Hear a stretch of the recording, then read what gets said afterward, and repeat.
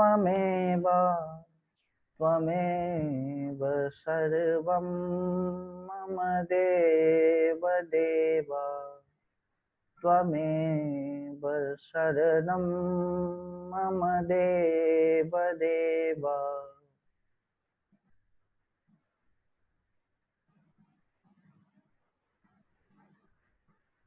ॐ सहना भवतु सहनौ भुनक्तु सह वीर्यं करवावहै तेजस्विनावधीतमस्तु मा विद्विषावहै। ॐ शान्ति शान्ति शान्तिः।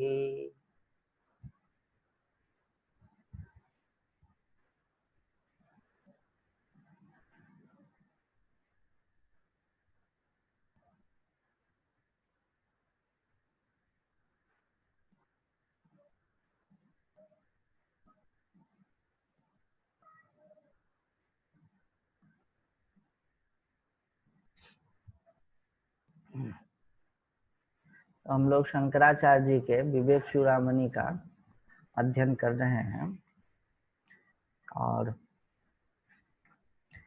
कल हम लोगों ने देखा कि वो विषय को किस तरह से दुत्कार रहे हैं कि उससे बचो, उससे दूर रहो। और उसी क्रम में ये श्लोक नंबर 84 तक हम लोग 84 का थोड़ा सा देखा था हम लोगों ने, और आगे का हम लोग देखेंगे।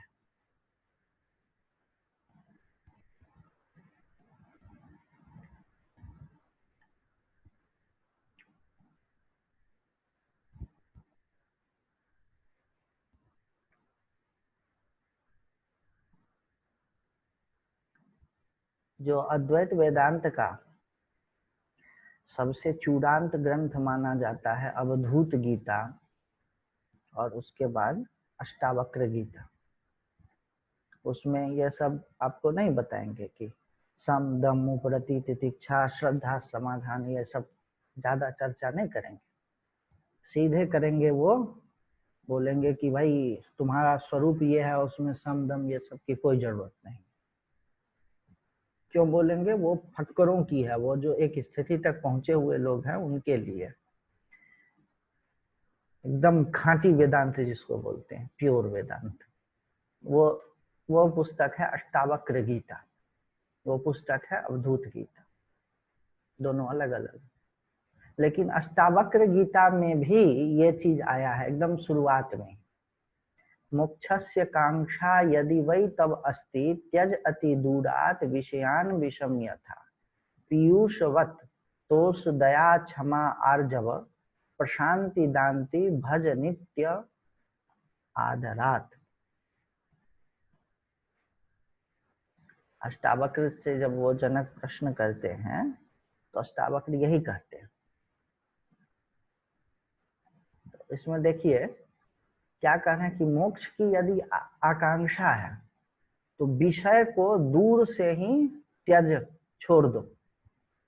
ठीक है, तो विषय को छोड़ दो तो किस चीज को पकड़ो? किस तरह से छोड़ो विषय को? तो जहर के समान विषय को दूर से ही छोड़ दो, अति दूर से ही छोड़ दो, दूर से एकदम अलग हो जाओ। और क्या पकड़ो? तो पीयूषवत। पीयूष शब्द बड़ा मीठा शब्द लगता है। पीयूष मतलब होता है अमृत। तो अमृत की तरह किस चीज का आप सेवन कीजिए? तोष। तोष मतलब संतोष, दया, क्षमा, आर्जव। आर्जव का मतलब सरलता, प्रशांति, प्रशांत रहना, दांति, और अपने दांत मतलब दम, दम से आया है, अपने शरीर की चपलता को कम करना। प्रशांत मतलब मन की चपलता को कम रखना, शांत रहना, और दांति मतलब शरीर की चपलता को कम रखना। वही कि मोक्ष की यदि आकांक्षा है तो विषय को विष की तरह दूर से ही छोड़ दो। तो करो क्या? तो अमृत की तरह संतोष, दया, क्षमा, आर्जव, प्रशांति, दांति को भज नित्यम आदरार। भज मतलब सेवायाम, उसकी सेवा करो। संतोष की सेवा करो मतलब संतोषी हो जाओ, दया की सेवा करो मतलब दयालु हो जाओ, क्षमा की सेवा करो मतलब क्षमाशील बनो, आर्जव सरल बनो, प्रशांति प्रशांत रहो, दांति शरीर की चंचलता और को कम कीजिए, इंद्रियों की चंचलता को कम कीजिए, ये है उनका। अब ये सारे गुण आप देखेंगे, संतोष, दया, क्षमा, आर्जव, प्रशांति, दांति, ये जीवन को इतना आसान बना देता है ना कि क्या कहना। तोष मतलब संतोष, समझ लीजिएगा, तोष संतोष एक ही है, अच्छी तरह से तोष संतोष, जो स्थिति है जैसी है उसमें रुक जाना। आप ऐसा समझ लीजिए कि साधना करने के लिए अगर आप यह सोचें कि एकदम से अनुकूल परिस्थिति होगी तो नहीं होगी। घर में रहेंगे तो परेशानी होगी, कोई वो उसकी दिक्कत, ये वो काम है, ये वो है, वो है। जंगल में जाएंगे तो खाने का दिक्कत। गोरखनाथ बोले ना कि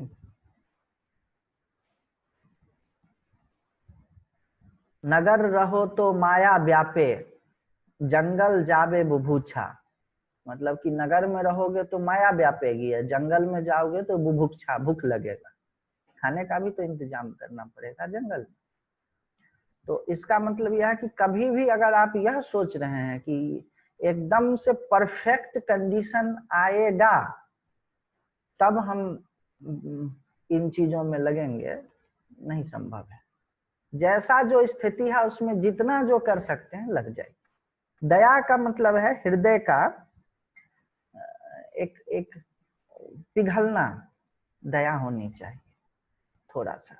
एक साधकों में ये चीज देखी जाती है कि दुनिया झूठी है तो हमको किसी से कोई मतलब नहीं है, और अपना दुख आया तो रोने लगे। नहीं, वो तो जितना वो होगा ना उतना उसकी करुणा, जितना वो गलते जाएगा उतनी और उसकी ना दयालुता बढ़ते चली जाएगी। एक स्वामी जी कहते थे कि साधु का अंतिम रूप होता है माँ का, मतलब अंत तो गत्वा वह माँ जैसा हो जाता है, एकदम करुणाशील, दयाशील।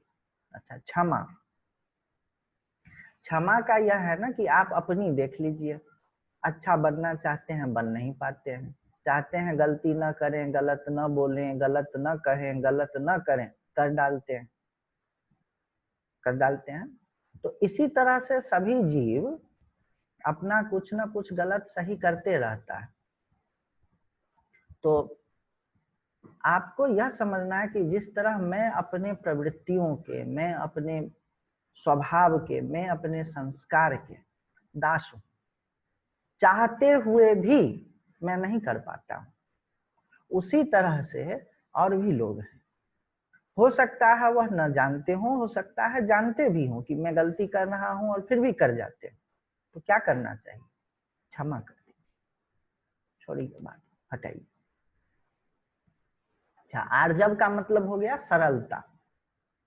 ये जैसे जैसे आपका ध्यान, साधना और जो कुछ भी कहते हैं ना स्पिरिचुअलिटी, वो जितनी जितनी परिपक्व होते जाएगी वो उतनी उतनी कुटिलता खत्म होते चली जाएगी। मतलब हृदय जो है ना सीधा होते चला जाता है। सीधा का मतलब क्या है ना, दिमाग जो 50 स्टेप में सोच लेता है कि वो है, वो ऐसा है, जितनी जितनी क्षमा बढ़ेगी उतनी उतनी, ये सारे क्रम है।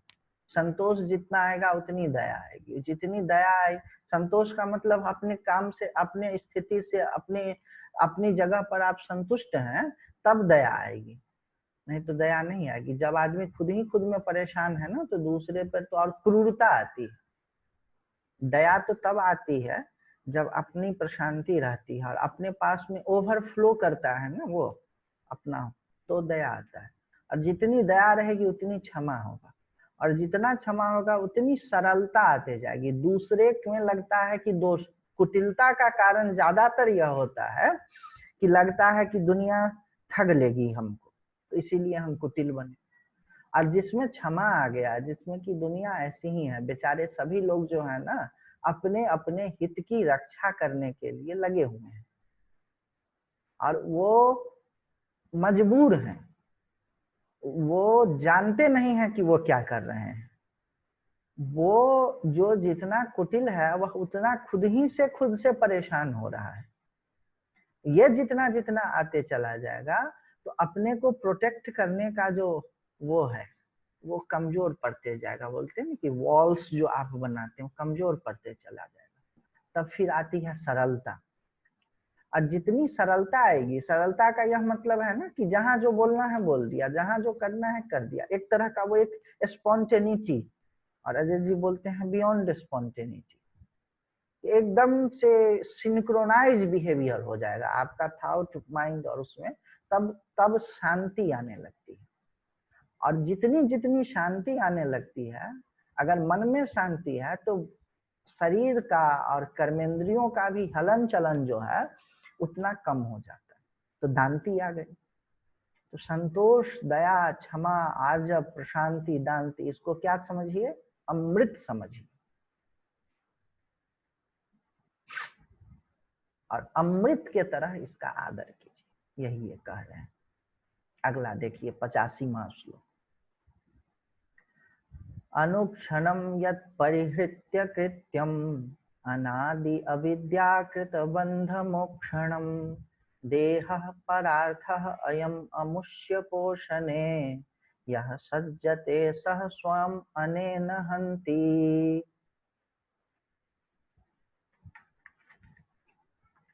हिंदी का पूरा अर्थ आपको पढ़ देते हैं। जो अनादि अविद्याकृत बंधन को छुड़ाना रूप अपना कर्तव्य को त्याग कर प्रति क्षण इस परार्थ, इसको अन्य के भोग रूप देह के पोषण में ही लगा रहता है, वह अपनी इस प्रवृत्ति से स्वयं अपना ही घात करता है। अनुक्षणम मतलब प्रति क्षण किस चीज में लगे रहिए। तो ये जो अविद्या, अनादि अविद्याकृत बंधन है, अनादि अविद्या का बंधन क्या है? तो इसको समझने के लिए समझिए कि आपको अविद्या कब से ग्रसित कर ली, जिसके कारण मन बन गया और जिसके कारण शरीर हो गया। कल उसने पूछा था ना कि ये दुनिया कैसे क्यों बनी। क्यों बनी इसका तो पता तब चले जब कब बनी, यह पता चले ना कि कब बनी, उस समय की क्या परिस्थिति थी, उस समय का क्या कारण था कि यह दुनिया बनी। तो उसके जवाब में कहते हैं कि यह दुनिया मतलब अविद्या, यह दुनिया का होनापन कब से आया? बोले अनादि है। अनादि क्यों है? क्योंकि इग्नोरेंस के कारण बनी हुई सी दिख रही है, बनी हुई है नहीं। तो अनादि क्यों है? तो उसमें एक एग्जाम्पल है, एग्जाम्पल तक ही समझिएगा कि आप में से कुछ लोग ऐसे होंगे जिनको संस्कृत नहीं आती है। फ्रेंच में बोलूं तो थोड़ा सा वो होगा, किसी को फ्रेंच आती भी, या समझ लीजिए ना कि कोई एक भाषा नहीं आती। तो मैं पूछूं कि कब से नहीं आती है, तो भैया हमको तो जब से मालूम है तब से नहीं आती है। मतलब क्या हो गया कि अनादि काल से आपको उस चीज का अज्ञान है। समझ रहे हैं? अनादि अविद्या, इसीलिए अविद्या जब जब आएगा देखिए दूसरे लाइन में है ना, अनादि अविद्या। अविद्या को अनादि क्यों बोला जाता है? कि यह इग्नोरेंस कब से है इसका कोई ठिकाना नहीं।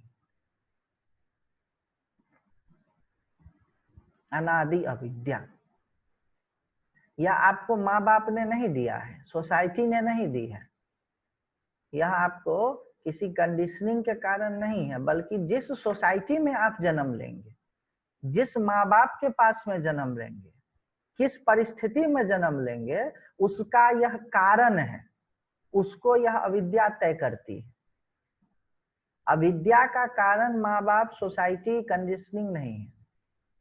यह जो अविद्या है उसके कारण उस तरह के माँ मिलते हैं, उस तरह के बाप मिलते हैं, उस तरह की परिस्थितियां मिलती है। वो ऐसे समझना है, ये अनादि काल से। अच्छा, कब तक चलेगी? जब तक अविद्या का नाश नहीं होगा विद्या के द्वारा, ज्ञान के द्वारा, तब तक चलेगी। अच्छा, इससे क्या होगा कि आप तो अभी मनुष्य हैं, कभी कीड़ा का शरीर को अपना मानने लगेंगे, कभी पक्षी के शरीर को अपना मानने लगेंगे, कभी ब्रह्मा के भी शरीर को अपना मानने लगेंगे, कभी इंद्र के भी शरीर को मानने लगेंगे। और अनंतानंत ब्रह्मांड में, एक ब्रह्मांड नहीं, अनंत ब्रह्मांड में आप घूमते रहेंगे। अनंतानंत ब्रह्मांड का थोड़ा सा हम आपको एग्जाम्पल बताते हैं। जो पूरा जो भी है ना ये क्रिएशन, बिग बैंग वगैरह सहित सारा, सूर्य चंद्रमा सहित पूरे स्टार्स और गैलेक्सी और वो सब तो बोलते हैं एक ब्रह्मांड है। और ऐसे ऐसे अनंत ब्रह्मांड है, ऐसा हम लोग मानते हैं। और उसमें जीव भटक रहा है। अच्छा, कल मैं एक पढ़ रहा था छोटा सा प्रसंग कहीं पे, वो इसी अनंत ब्रह्मांड की कल्पना को मेरा एकदम से दिमाग फेंक दिया कहीं और, आपको भी बता दूं। किसी ने लिखा था कि जब भगवान ने वामन अवतार धारण किया तो उनके नख से ब्रह्मांड का कटाह फट गया। कटाह मतलब द कवर। और जो ब्रह्मांड के बाहर की गंगा जल थी, गंगा जी, वह आ गई इस ब्रह्मांड में किसी और ब्रह्मांड से। और उसको इस ब्रह्मांड के ब्रह्मा ने अपने कमंडलू में धारण कर लिया। और बाद में उसी गंगा जो किसी और ब्रह्मांड से आई थी, उसको यहाँ पर इसमें बाद में भगीरथी के तपस्या के कारण। हमारे यहाँ जो, हमारे घर से बस 200, जहाँ मैं हूँ अभी वाराणसी में, वहां से 200 मीटर की दूरी पर या 300 मीटर की दूरी पर एक प्रोफेसर रहते हैं, बीडी त्रिपाठी। और अब वो रिटायर हो चुके हैं। और बीएचयू में जो केमिस्ट्री डिपार्टमेंट होता है उसके हेड रहे, और राष्ट्रपति और प्रधानमंत्री के गंगा के एडवाइजर रहे वो। और वो बोलते हैं कि हम लोगों ने पूरा रिसर्च किया है और पता करते हैं तो गंगा के पानी में, गंगा जी नहीं बोलते हैं, बोलते हैं गंगा के पानी में, आप समझ गए ना, गंगा जी और गंगा, हम लोग गंगा जी बोलते हैं, गंगा बोलते हैं, ये साइंटिस्ट हैं वो सब। लेकिन गंगा के पानी में कुछ ऐसे एलिमेंट्स पाए जाते हैं जो कि इस यूनिवर्स में, हम लोगों का जो यूनिवर्स है उसमें नहीं। समझ रहे बात? जो इस यूनिवर्स में जो भी एलिमेंट्स पाए जाते हैं उसकी कोई सूची होती है वैज्ञानिकों के पास में। कहते हैं कि कुछ ऐसे एलिमेंट्स हैं, उसकी ऐसी प्रॉपर्टी है जो इस यूनिवर्स में नहीं पाए जाते। देखिए दोनों को मैच कीजिए तो। अच्छा, मैच करने से कथा है ये, कथा से नहीं, मस्तिष्क को कहा कितने ब्रह्मांड हैं उसमें जीव घूम रहा है, और घूम रहा है और अपने सुख और दुख को अनुभव करता है। सुख को ही नहीं अनुभव करता है, दुख को भी अनुभव करता है। तो ये क्या कह रहे हैं कि अनुक्षणम यत् परिहृत्य कृत्यम अनादि अविद्याकृत बंध मोक्षणम। प्रतिदिन, हमेशा, प्रत्येक क्षण जो व्यक्ति अनादि अविद्या के द्वारा किया हुआ बंधन है उससे निकलने की कोशिश नहीं करता है, उसका कर्तव्य क्या है, उसके लिए सबसे अच्छी चीज क्या है कि यह जो बंधन है उससे तो निकले, उससे निकलने की कोशिश नहीं करता है। और करता क्या है, तो ये जो पंचभूत है उससे बना हुआ जो देह है उसको पोषित करता है। वो कैसे स्ट्रांग बने, वो कैसे मोटा बने, वो कैसे सुंदर दिखे, उसी चक्कर में पड़ा हुआ है। और यह देह क्या है, परार्थः, दूसरे के लिए है। आपका देह दूसरे के लिए है। अभी तो जीवित काल में भी लगभग दूसरे के लिए ही है, और मरने के बाद अग्नि के लिए है, कीट कीटाणु के लिए है, माइक्रोब्स के लिए है, वो सब खा जाएंगे उसको, उनका आप भोजन है। जैसे कोई पेड़ हो, गेहूं का पेड़ हो या गाजर हो या मूली हो, अब वो मूली अपने को मजबूत करने के लिए पूरा कोशिश कर रहा हो, लेकिन वो क्या है, अपने लिए थोड़े कर रहा है। वह मूली अपना पूरा पोषण किस लिए कर रहा है कि कोई उसको उखाड़ के खाएगा, आलू को कोई उखाड़ के खाएगा। उसी तरह आपका जो यह देह है इसको कोई खाएगा, वह उसके लिए तैयार हो रहा है। आप जैसे सेब के फल को पेड़ पे देख के खुश होते हैं कि भैया ये इस बार बहुत बढ़िया सेब आया है लाल लाल, और देख करके लाल, उसी तरह आपको देख करके भी लाल टपकाने वाला घूम रहा है। अरे कीड़ा कीटाणु वो सब जो होते हैं सब, वो सब लाल टपका रहे होंगे कि अच्छा बड़ा मोटा ताजा एकदम आ रहा है, तैयार हो रहा है, भाई देखो पकने दो, पकने मतलब हाँ अब रंग आ गया, चेहरा झुक गया और वो हो गया और आंख वो हो गई। वो जैसे हम खुश होते हैं वैसे वो भी खुश होता होगा, कौन जानता है। तो ये दूसरा है देह परार्थः, देह दूसरे के लिए। अयम अमुष्य पोषणे, इसको पोषण करने में लगा हुआ है। यह सज्जते सह स्वम अनेन हंति, वही हंति हंति का, कि जो इसमें लगा हुआ है वह खुद से खुद को मारता है। ये इसका मतलब है। मारने का मतलब तो मैंने आपको समझा ही दिया था कि आप अपने ग्लोरी में नहीं आ रहे हैं, आप अपने पूरे शबाब में नहीं आ रहे हैं, तो फिर आप तो एक तरह से अपने पूरे पोटेंशियल में नहीं आ रहे हैं, तो अपने से अपने को मार ही रहे हैं, वही मतलब। अब देखिए तो 86वां श्लोक,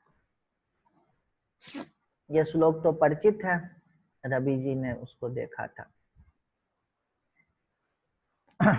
स्वामी विवेकानंद जी के गुरु भाई थे स्वामी तुरीयानंद जी, और उनको ये श्लोक बहुत प्रिय था, और बहुत बड़े वेदांती थे। स्वामी जी से ज्यादा उन्होंने मतलब शास्त्रीय वेदांत स्वामी तुरीयानंद जी ने इसको बहुत बोला। ये श्लोक, ये जो 86वां श्लोक है वो उनको बहुत प्रिय था, इसीलिए रामकृष्ण मिशन के साधुओं में भी ये श्लोक बहुत प्रिय है, और उनकी जो भी किताब होगी तो वो पीछे में वो लिख देते हैं। और वो बार बार बोलते थे कि ये जो शरीर है वह छोटे कामों के लिए नहीं है, ये तो बड़े काम के लिए है। ये विषय भोगों के लिए ये शरीर नहीं है, यह शरीर जो है अपने ब्रह्म स्वरूप को जान लेने के लिए। जैसे कि कोई बच्चा हो और वो तो बहुत हाई पोटेंशियल है उसका, लेकिन कोई छोटा काम कर रहा है, तो हम लोग कहेंगे ना कि डोंट रिमेन स्टक हियर, जो do something that is good for you, that fits you. तो वही बोलते थे कि it doesn't befits you, it's not bad और इमोरल और ill anything, it doesn't fits you. Sanskrit में वो बोलते थे न तत्त्वयोपपद्यते, गीता में है कि तुम्हारे लिए यह तुमको शोभा नहीं देता है कि शरीर के और शरीर के भोगों के चक्कर में रहे और अपने को छुड़ाने की कोशिश न करे। और बंधन को समझेगा जितना जितना, वो बंधन भी कोई समझाता है तभी समझ में भी आता है। ईश्वर की ही कृपा से बंधन का भी स्पष्ट बोध होता है, किस तरह से मन में और शरीर में फंसा हुआ है जीव, तो अपने को छुड़ाने की कोशिश करे। क्या कह रहे हैं? शरीर पोषणार्थी सन यह आत्मानं दिदृक्षति, ग्राहं दारोधिया धृत्वा नदीं तरतुम सह गच्छति। शरीर को पोषण करते हुए जो आत्मा को देखना चाहता है, ऐसे लोग आपको मिल लगेंगे ना कि भाई हम तो अपने शरीर का भी पोषण करें और आत्मज्ञान भी हो जाए। नहीं चलेगा। क्यों नहीं चलेगा? आपको फिर वो एटीट्यूड नहीं मिल पाएगा जिसके द्वारा इस चीज को, आप शरीर और मन से परे हैं, यह एटीट्यूड नहीं आ पाएगा। जब तक शरीर और मन की उपयोगिता बनी रहेगी आपके अपनी नजर में, तब तक इसको छोड़ करके इसके बियॉन्ड कोई चीज है यह आपको नहीं पता चलेगा, बहुत मुश्किल हो। जैसे कि कोई शरीर का तो मुझे उतना मैं नहीं, लेकिन मन का बहुत, कि मेरा मन ऐसा हो जाए, मेरा मन वैसा हो जाए, मेरा मन शार्प हो जाए, मेरा मन दुखी न हो, मेरा मन सुखी हो। अब ये बना हुआ है और इसके प्रति बहुत अटैचमेंट है। तो जब हम कहेंगे कि मेरा मन, मैं मन नहीं हूं, तो मन इस बात को मानेगा ही नहीं और चुप होगा ही नहीं। और जब तक मन चुप नहीं होगा तब तक मन के परे क्या है, वह खिलेगा नहीं। ठीक है ना, कभी ए हकीकत मुल्तजर नजर आ लिबासे मजाज में। वह जो सत्य है ना, वह अपने मजाज में, अपने मिजाज में आएगा नहीं, अपने पूरे स्वभाव में आएगा नहीं, क्योंकि मन तो यहाँ फंसा हुआ है, मन शरीर में फंसा हुआ है। तो वही ये कह रहे हैं कि शरीर पोषणार्थी सन यह आत्मानम दृक्षति। शरीर का मतलब आप स्थूल सूक्ष्म से सब ले लीजिए, और स्थूल शरीर को भी आप कमजोर मत समझिए। जो आपके जितने संबंध हैं, all your relationships are mostly dependent and related with this physical body. आप अच्छा बनना चाहते हैं, आप बुरा बनना चाहते हैं, तो देखेंगे होता तो मन को है, लेकिन कहीं ना कहीं उसकी मैनिफेस्टेशन जो है बॉडी में आती है। अच्छा, आप कह रहे हैं कि हमको बॉडी से नहीं अटैचमेंट है, तो एक चीज ध्यान करके देखिए कि आपकी बॉडी गायब हो गई, आपके बॉडी को कोई नहीं देख रहा है, आपकी बॉडी का कोई प्रेजेंस किसी को पता नहीं चल रहा है, गायब हो गया ये भी नहीं पता चल रहा है कि कहाँ चले गए, सब भूल गए आपकी बॉडी को, तब क्या होगा? देखिए कितनी शांति मिलेगी। सीधे यूनिवर्स पूरा का पूरा है और आपकी बॉडी गायब हो गई, माइंड है, ठीक है।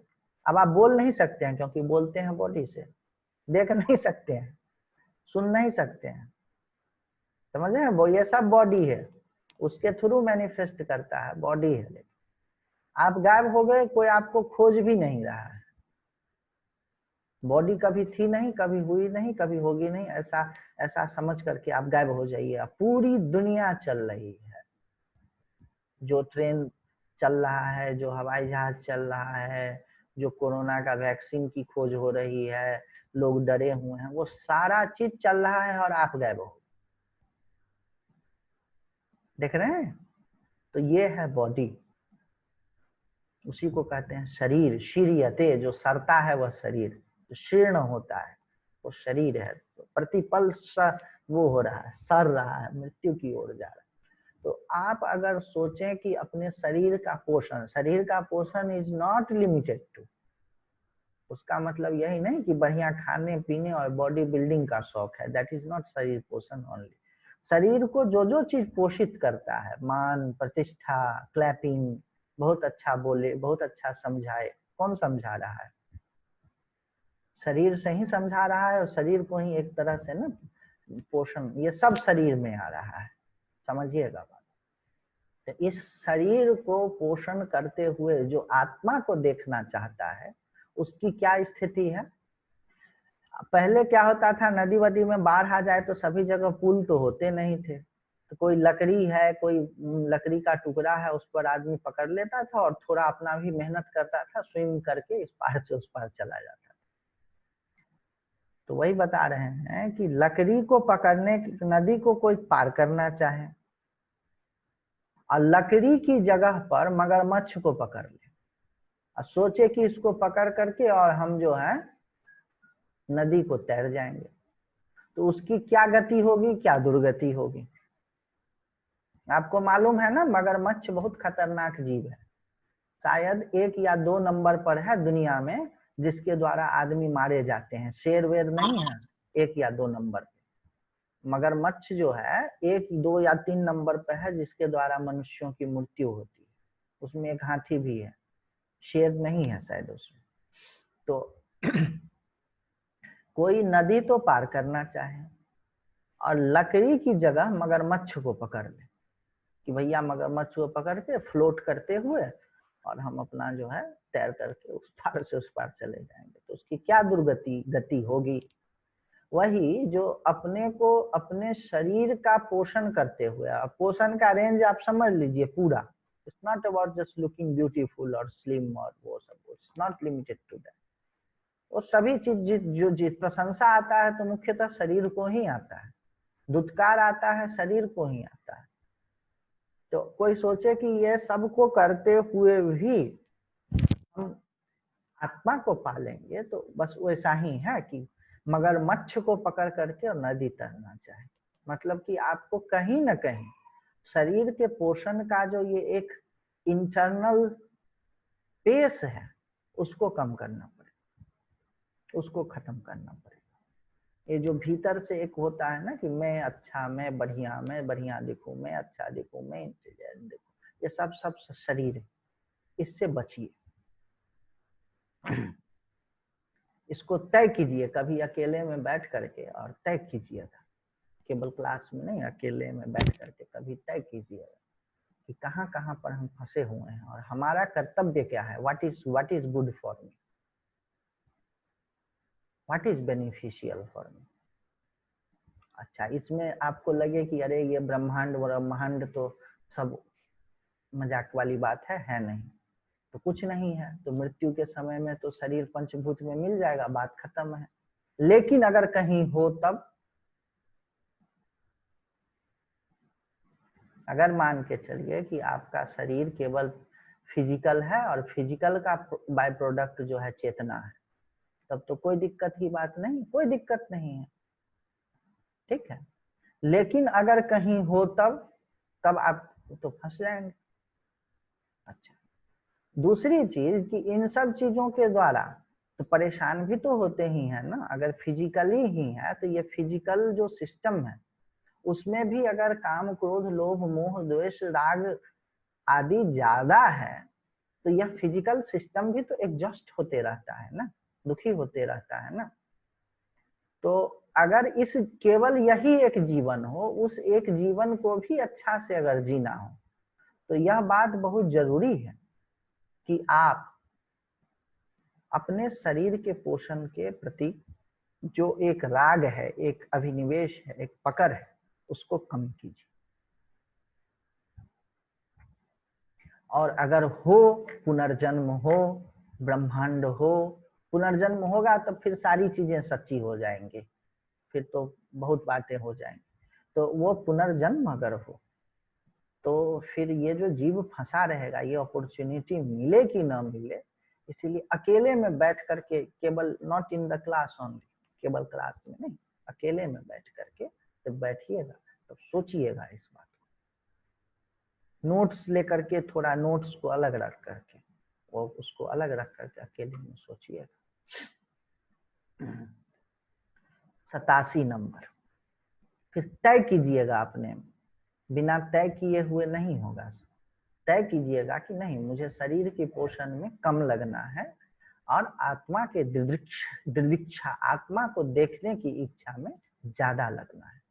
और ये जब तक आप तय नहीं करेंगे, it has to be decided. Decided का मतलब बुद्धि में ये बैठ जाने चाहिए, नहीं तो पढ़ते जाएंगे पढ़ते जाएंगे पढ़ते जाएंगे, बट वो सारा का सारा आपने जिस चीज के लिए पढ़ना तय किया है उस चीज में वो चलते चला जाएगा, घुसते चला जाएगा, घुसते चला जाएगा, घुसते चला जाएगा। और जब तय कर लेंगे, ठीक है, मुझे पोषण करने में मन लगता है, बट मेरा कर्तव्य क्या है कि ये करना है। जैसे कि मान के चलिए कोई डॉक्टर है और उसको मरीज, आजकल तो मरीज का कोविड का देख रहा है, वो बेचारा परेशान हो रहा है, वो चाहता है कि घर जाए।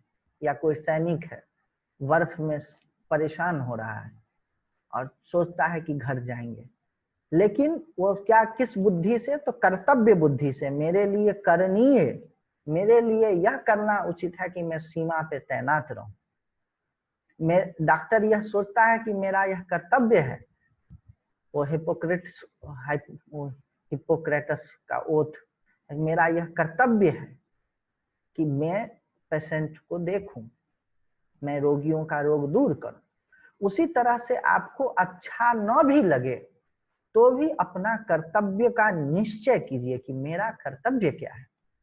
In spite of all these that I am doing and I am expecting, what is my कर्तव्य, मेरे लिए क्या कर्तव्य है, क्या करणीय है, what is good for me, what it should be। आप लोग जब पढ़ाई करते थे तो फिल्म देखना तो ज्यादा अच्छा लगता था कभी भी, लेकिन पढ़ाई भी तो करते थे ना, सोचते थे कि इसको करना है पढ़ाई को। तो उसी तरह से अपना कर्तव्य को अकेले में तय कीजिएगा कि नहीं, मैं आत्मा के दिदृक्षण में, ये वाला जो है आत्मा के दिदृक्षण में मैं लगूंगी और शरीर पोषण में कम से कम लगेंगे। और ये जब तक तय नहीं करेंगे तब तक काम बनेगा। अब 87 देखिए, मोह एव महामृत्यु मुमुक्षोः वपुरादिषु मोहः विनिर्जितः येन स मुक्ति पदम अर्हति। बपू का यहाँ पर है मोह एव महामृत्यु, मोह ही महामृत्यु है। मुमुक्षु के लिए,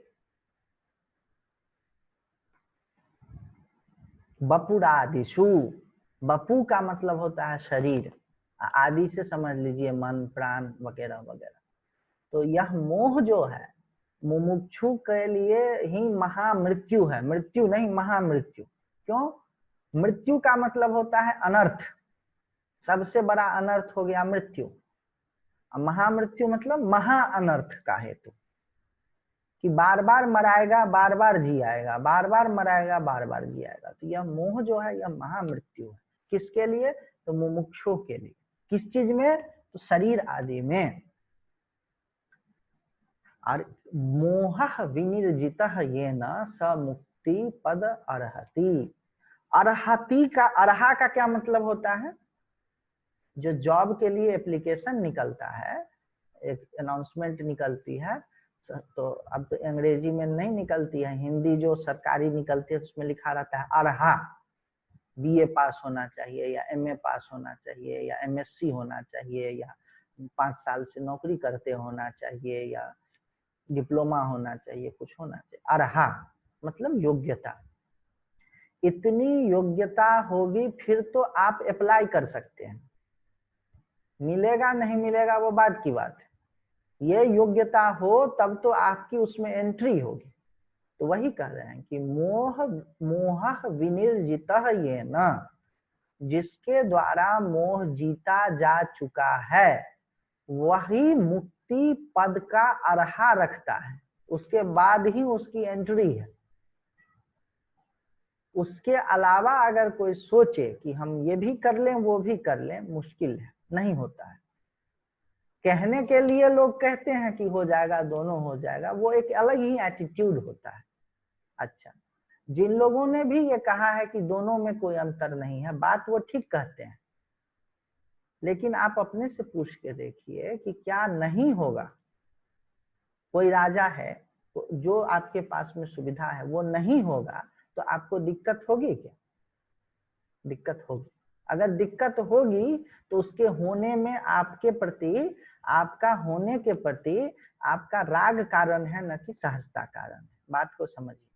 कोई कहता है कि मैं यह ऐसे रहूं कि वैसे रहूं, सुख में रहूं कि दुख में रहूं, लग्जरी में रहूं कि ऑस्टेरिटी में रहूं, क्या फर्क पड़ता है? तो उसको देखिए कि ऑस्टेरिटी में अगर वो रहे, अपने मन से पूछिए, तो उसको फर्क पड़ता है क्या?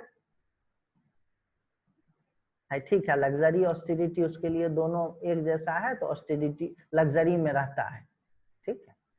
अब अगर उसको किसी कारण से ऑस्टेरिटी हो जाए तो फर्क पड़ता है क्या?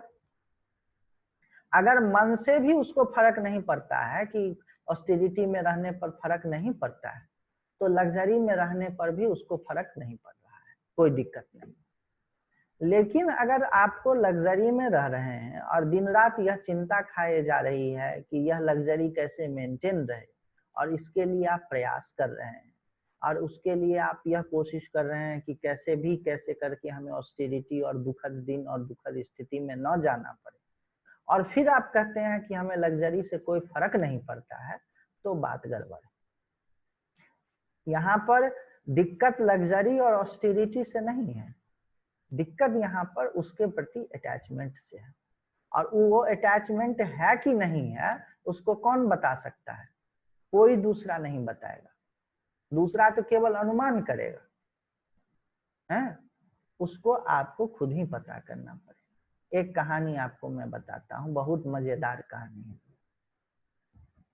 एक स्वामी जी हुए हैं, स्वामी महेशानंद जी, महेश्वरा। उनके गुरु थे नृसिंह सरस्वती, बहुत दिग्गज महात्मा थे।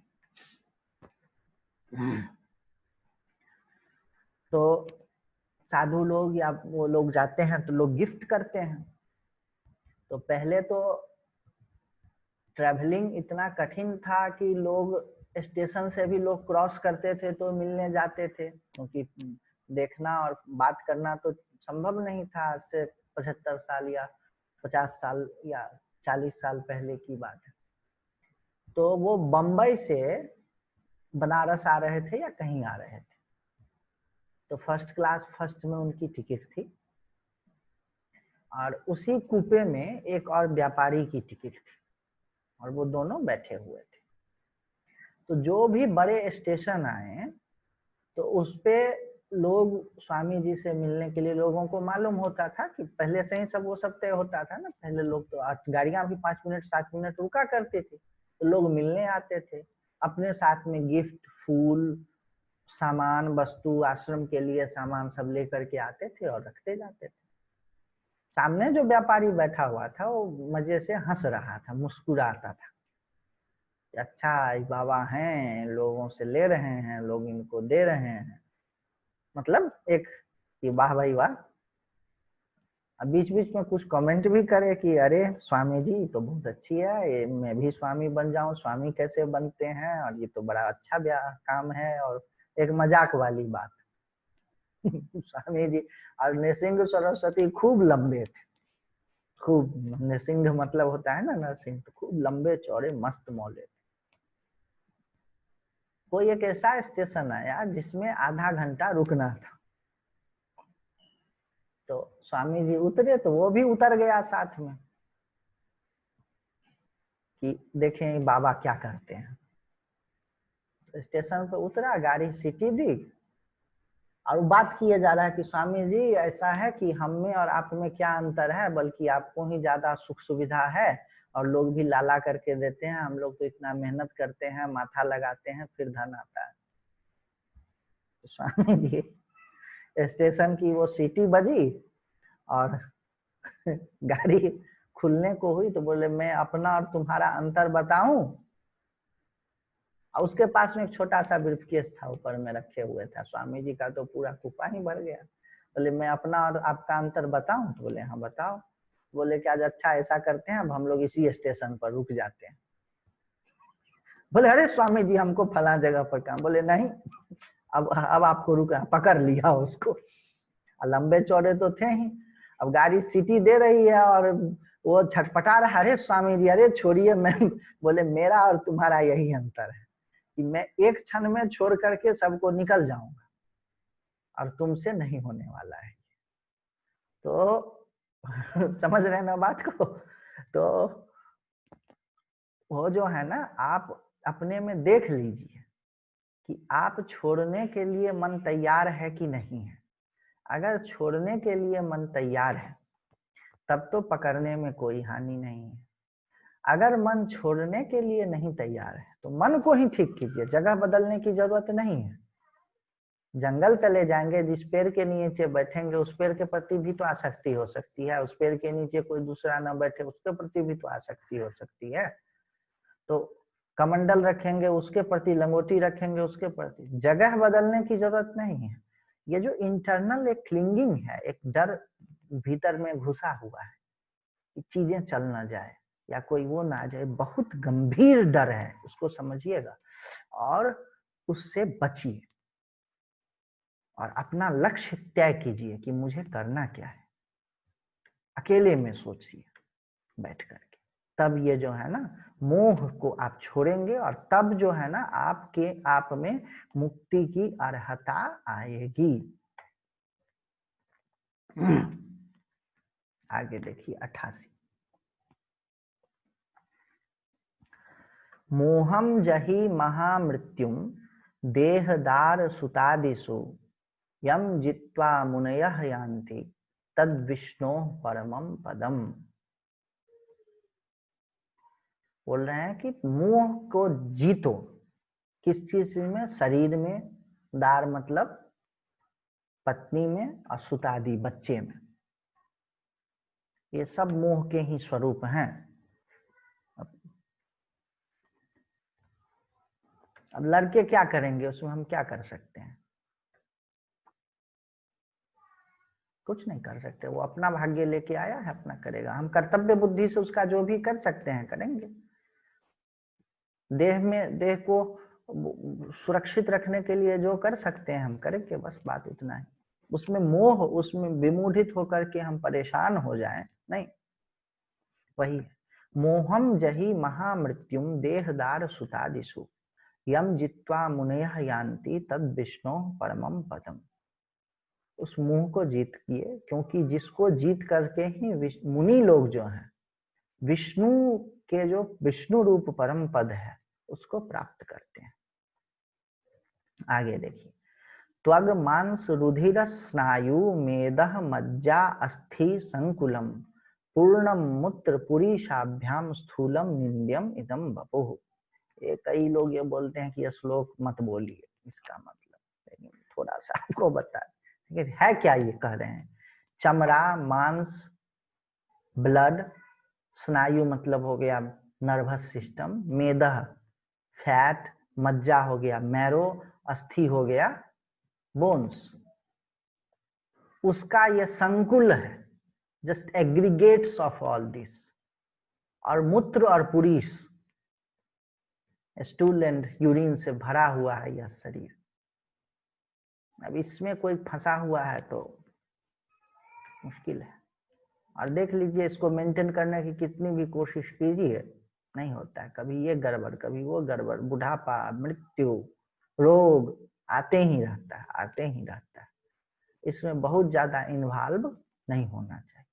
निंद्यम का मतलब यह नहीं कि इसमें इसको खराब है, निंदा की जाती है तो शास्त्रों में तो निंदा का निषेध है, तो फिर किसी चीज को निंदा क्यों की जाती है? निंदा का मतलब होता है, महाराज जी बताते हैं, और वो हम लोग का इंटरप्रिटेशन में मीमांसा में आता है कि निंदा का निंदा करने में प्रयोजन नहीं होता है, बल्कि निंदा का उद्देश्य उससे मन को हटाने में होता है। निंदा का मतलब यह नहीं कि शरीर खराब है, निंद का मतलब होता है कि उससे आपके मन को अपना हटाइए वहां से, उसमें बहुत ज्यादा इन्वॉल्व मत।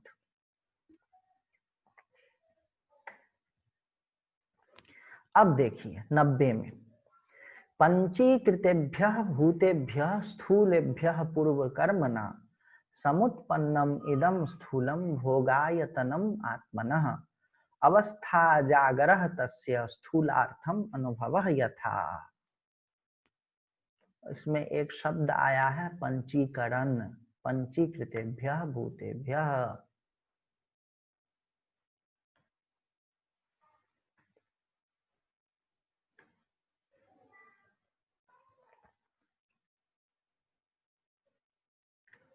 पंचीकृतेभ्यः भूतेभ्यः, पंचीकृत भूतेभ्यः से स्थूलेभ्यः पूर्व कर्मणा। इसमें एक एक शब्द को आपको समझना है, 2 दिन 1 दिन हम लोग इसमें लेंगे। इसका मतलब यह है कि पंचीकृत किया हुआ जो भूत है, महाभूत, पृथ्वी, अप, तेज, वायु, आकाश, वह स्थूल पंचीकृत महाभूत से पूर्व पूर्व कर्मों के संस्कार के, पूर्व पूर्व कर्मों के कारण यह शरीर जो है यह हुआ है, और यह भोगायतनम है। जितने भी भोग होते हैं वह इसी शरीर, आयतन का मतलब होता है स्पेस, प्लेस, तो यह भोगायतनम है। यह इसमें तरह तरह के भोग होते रहते हैं, और उसी पूर्व कर्म के कारण, जिसका जिसका जैसा जैसा पूर्व कर्म है उसी के कारण यह शरीर उत्पन्न होता है। उसमें ये देखिए ना कि एक बच्चा सऊदी में जन्म लेता है और एक बच्चा सीरिया में जन्म लेता है। अब सीरिया की कंडीशनिंग कैसी है, बॉम्ब गिर रहा है, कुछ हो रहा है, खाने को नहीं है, पीने को नहीं। सऊदी में जन्म ले रहा है किसी शेख के घर पे, सारी सुविधाएं उसको। अब इसमें क्या कारण है? Is it just due to the inequality in the world? हम ये नहीं कर रहे हैं कि इनइक्वालिटी को नहीं हटाने की कोशिश करनी चाहिए, या सीरिया में जो बच्चा है उसकी मदद नहीं करनी चाहिए। उसकी अगर आप मदद नहीं करेंगे तो आप पाप के भागी होंगे। जो आप कर सकते हैं वो मैं नहीं कह रहा हूँ, but just think about the regions, contemplate on regions, why there is so much difference. Bomb गिर रहा है ऊपर से, उसकी माँ उसको लेकर के भाग रही है, हाथ किसी का एक देखा था उड़ गया, ऐसा ऐसा स्थिति। और वहां पर है तो सोने की कार है और शेर पाल रखा है उसको खेलने के लिए सऊदी में। what is the factor that is causing it? अच्छा, कोई ऐसा डॉग है जिसको बहुत सेवा होता है, कोई ऐसा कुत्ता गली का है डॉग है जिसको बहुत कष्ट होता है, उसमें क्या रीजन है? तो ये वही चीज है, पूर्व कर्म के कारण ये होता है। अब इसमें अवस्था जागरह तस्य स्थूलार्थ अनुभव यथा, उसकी अवस्था क्या है? स्थूल शरीर की जागृत अवस्था है, और इसका अनुभव का विषय क्या है? तो स्थूल अनुभव है। ये 90 श्लोक जो है, 90वां श्लोक, इससे हम लोग थोड़ा सा गहराई में जाएंगे और आपको अब हम समझाते हैं कि वेदांत की एक प्रक्रिया है, उसको बोलते हैं पंचीकरण है। और जितने भी ट्रेडिशनल वेदांत है उसमें ये पंचीकरण है, और पंचीकरण को यह भी करते हैं परमहंसानाम समाधि विधि। पंचीकरण जो है actually it's kind of वेदांतिक meditation, और किसकी? तो परमहंसों की, जो उच्च कोटि के साधक हैं, सन्यासी हैं, उनके ध्यान की विधि है पंचीकरण। और ये सब बड़ा रहस्य विद्या है, हम लोग धीरे धीरे उसको सीखेंगे। पंचीकरण क्या है कि ये कहते हैं कि देखो, अभी हम लोगों का जो आइडेंटिटी है, इसको मान लीजिए दो ही पक्ष है, या तो चेतन से जड़ उत्पन्न हुआ है अथवा जड़ से चेतन उत्पन्न हुआ है। जो आधुनिक विज्ञान है वह जो फाइनल डिसीजन नहीं कहता है, लेकिन वह यही कह रहा है कि जो जड़ है, शरीर जो जड़ है, मतलब जो फिजिकल है, उसी के बाय प्रोडक्ट के रूप में कॉन्शसनेस है। और हम लोग क्या कह रहे हैं कि वह कॉन्शसनेस जो है उसी के बाय उसी से पूरी सृष्टि बनी है, ठीक है ना। ये दो पक्ष हैं, और जो पूर्व के विचारक हैं उनके भी सामने में ये बहुत बड़ी समस्या थी कि चेतन से जड़ हुआ है कि जड़ से चेतन हुआ है। प्रश्न आप समझ गए ना? चेतन मतलब नॉट मूवमेंट, चेतन मतलब one which is aware of itself, जो अपने को जाने उसको चेतन कहते हैं। अपने यहाँ चेतन का मतलब यह नहीं होता है कि जो मूव करता है उसको चेतन नहीं बोलते हैं। अपने यहाँ चेतन उसको बोलते हैं जो खुद को जानता है कि मैं हूं, अपने होनापन का जिसको बोध होता है उसको चेतन कहते हैं। तो विज्ञान क्या कह रहा है कि जो मनुष्य आदि हैं उसमें क्या है कि उनकी बॉडी ऐसी है, उनके शरीर में केमिकल एलिमेंट्स की इस तरह से संघात हो गया है कि वह अपने को आय रूप में जानता है। और जो वेदांत आदि हैं वो लोग क्या कह रहे हैं कि भाई ये जो बॉडी है यह बना किस चीज से है? तो जो परम चेतन तत्व है उसी से पंच महाभूत बने हैं और उसी से फिर सारा चीज बना है। तो ये डिफरेंस है, एक तो जड़ से चेतन बना और दूसरा चेतन से जड़ बना। इसकी मीटिंग पॉइंट क्या है? तो मीटिंग पॉइंट यह है कि सभी का शरीर पंच महाभूत से बना हुआ है। आप उसी पंच महाभूत को 108 कैटेगरी में बांट लीजिए, लोहा हो गया और गोल्ड हो गया और जो भी वो चीज हो गया उसको आप मान लीजिए कि वो पृथ्वी तत्व है, और जितने भी गैस हो गए वायु तत्व है, और जितने भी लिक्विड हो गए वो जल तत्व है, और जहां पर वो कंटेंट है वो आकाश तत्व है, और जितनी भी एनर्जी है वो अग्नि तत्व है। समझ रहे हैं ना? सॉलिड लिक्विड गैस, पृथ्वी और जल और वायु, और एनर्जी हो गया अग्नि तत्व, और जिसमें वो सारा चीज कंटेंट है। स्काई जो है, आकाश तत्व जो है, that is not space in between, that is where everything is content, ठीक है ना। ये जो मैं रुमाल रख रहा हूँ, ये रुमाल आकाश को हटा करके नहीं है, ये आकाश में है। हमारा जो यह दोनों हाथ के बीच में आकाश है और हाथ भी आकाश में ही है, समझ रहे हैं। आकाश मतलब नॉट एम्प्टी स्पेस, आकाश मतलब वेयर एवरीथिंग इज कंटेंट। ये जो है आकाश में है। ये इतना सटल चीज है कि इसको ऐसे मूव करने से आकाश मूव नहीं हो रही है।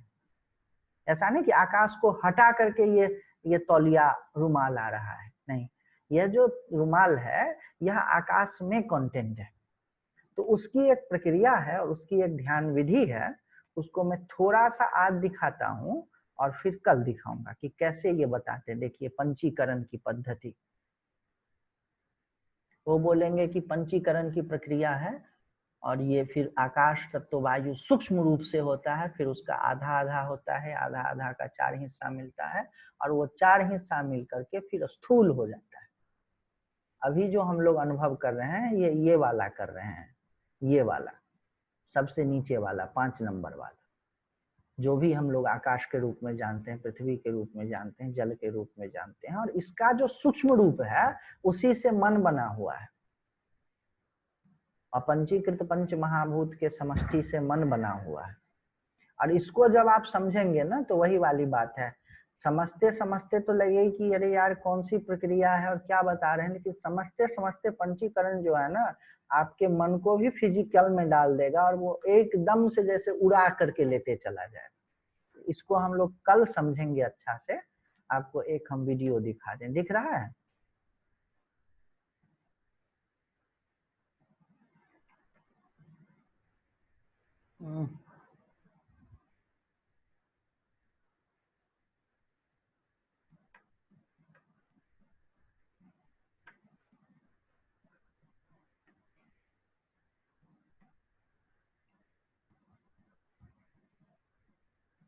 ये देखिए तो वीडियो कैसे शेयर होता है। ये वीडियो आप लोग को शेयर हो रहा है? अभी तो नहीं आया, अभी तो पंचीकरण लिखा हुआ आया था बस। अच्छा अच्छा, अब देखिए तो अभी भी पंचीकरण लिखा हुआ है।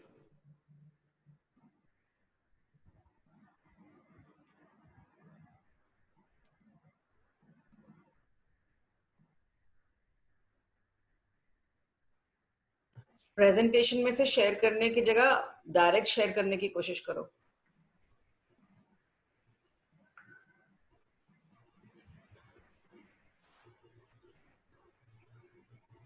अब आ गया लगता है। हाँ देखिए छोटा सा है, 48 सेकेंड्स। ये पांचों तत्व है वो सूक्ष्म रूप में ऊपर वाला, और वो पांचों तत्व से 5 चीज जो है सबके हर एक के आधा आधा हिस्सा होगा और आधे आधे हिस्से का तब वो होता है। देखिए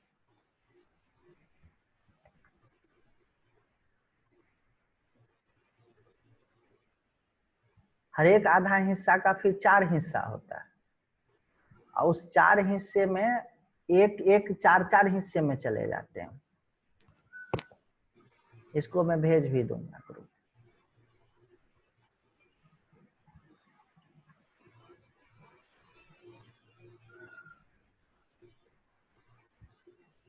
देखिए आकाश है, वायु है, पृथ्वी है और ये इधर पृथ्वी है, ये है। बहुत सुंदर ये वीडियो हमको नेट से मिला, तो मैंने खोजते खोजते फिर कहा आप लोगों को दिखाने। और जो मन है वह ऊपर में जो अपंचीकृत है उससे बनता है और स्थूल से सारा का सारा। देखिए एक का 2 हिस्सा हुआ, दूसरे हिस्से का फिर 4 हिस्सा हुआ और वो 4 हिस्सा जो है बाकी चारों में चला जाता है। तो जिसको हम लोग अभी स्थूल पृथ्वी कह रहे हैं उसमें 12.5% जल है, 12.5% वायु है, 12.5% अग्नि है, 12.5% आकाश है। और जो मूल पृथ्वी है वो हम लोगों के इंद्रिय से नहीं पकड़ाता है। असली पृथ्वी महाभूत जो है अपंचीकृत प्योर, वो हम लोगों के दिमाग से नहीं पकड़ाएगा। हम लोगों के दिमाग से तो यही पकड़ाता है, जो इंद्रियों से, आंख से जो दिख रहा है उसमें 50% पृथ्वी है, वो मूल वाला पृथ्वी, और 12.5% अग्नि है, 12.5% वायु है, 12.5% जल है, 12.5% वो है।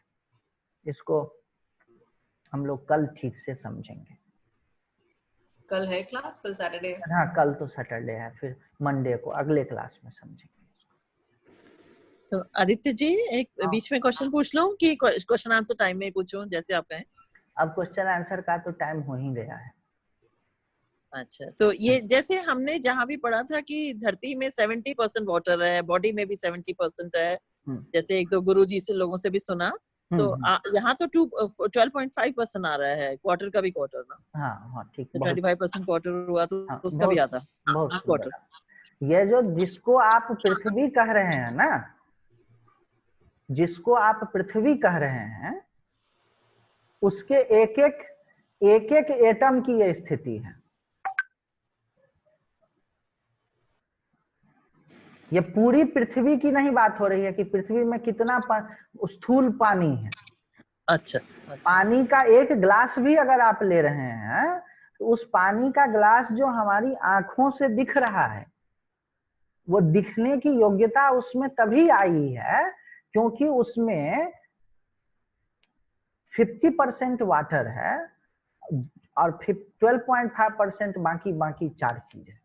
12.5 4 12.5 50% वो हो गया और 50% वो हो गया। अब उसका अपना मूल रूप, इसको इसीलिए समझना जरूरी है कि फिर आगे चल के बताएंगे कि मन जो है, जिस मन को हम लोग चेतन मानते हैं, जिस माइंड को हम लोग चेतन मानते हैं, वह भी वह थोड़ा स्थूल है बस।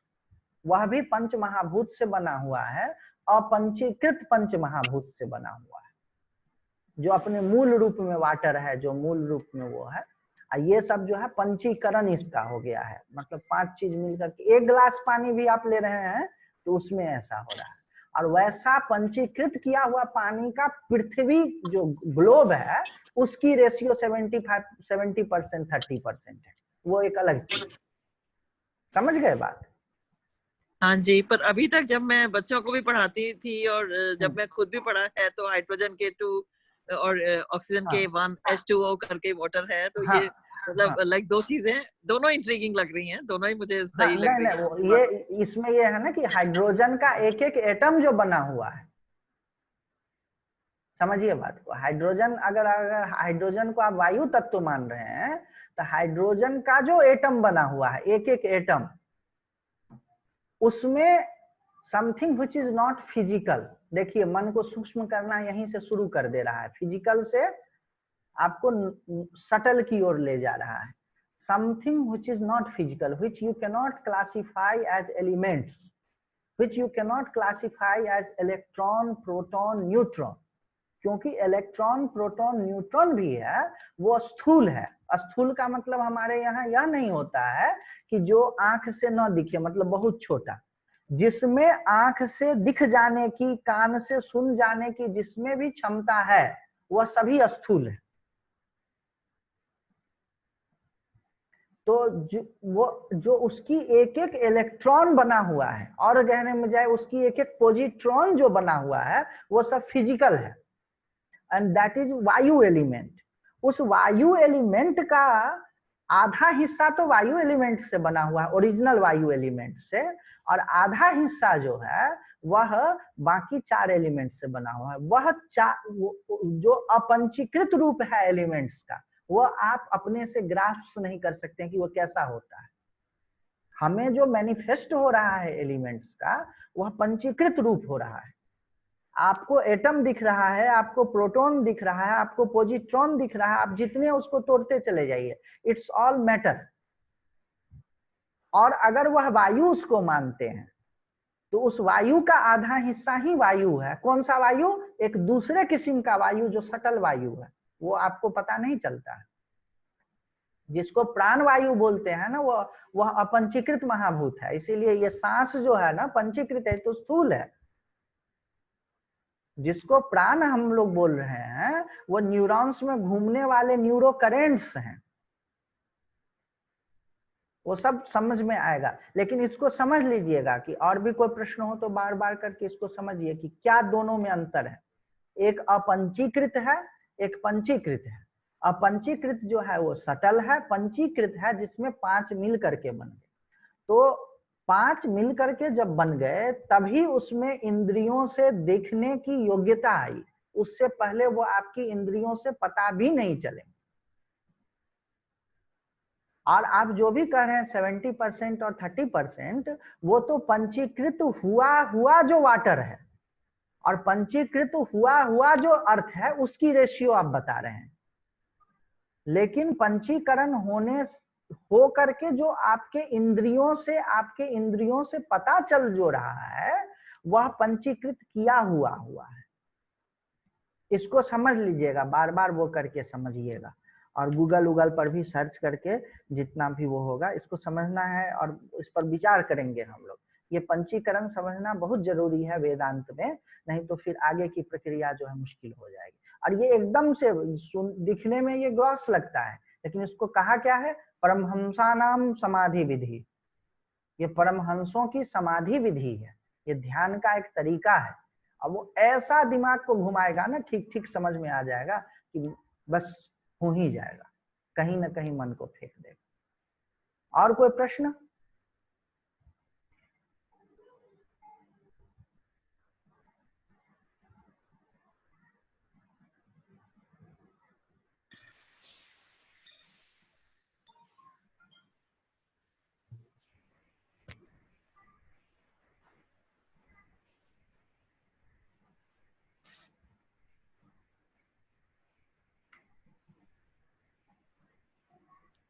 तो आज बंद करते हैं फिर। सर्वे भवन्तु सुखिनः, सर्वे सन्तु निरामया, सर्वे भद्राणि पश्यन्तु, मा कश्चित् दुःखभाग् भवेत्। ॐ पूर्णमदः पूर्णमिदं पूर्णात् पूर्णमुदच्यते, पूर्णस्य पूर्णमादाय पूर्णमेवावशिष्यते। ॐ शान्ति शान्ति शान्तिः।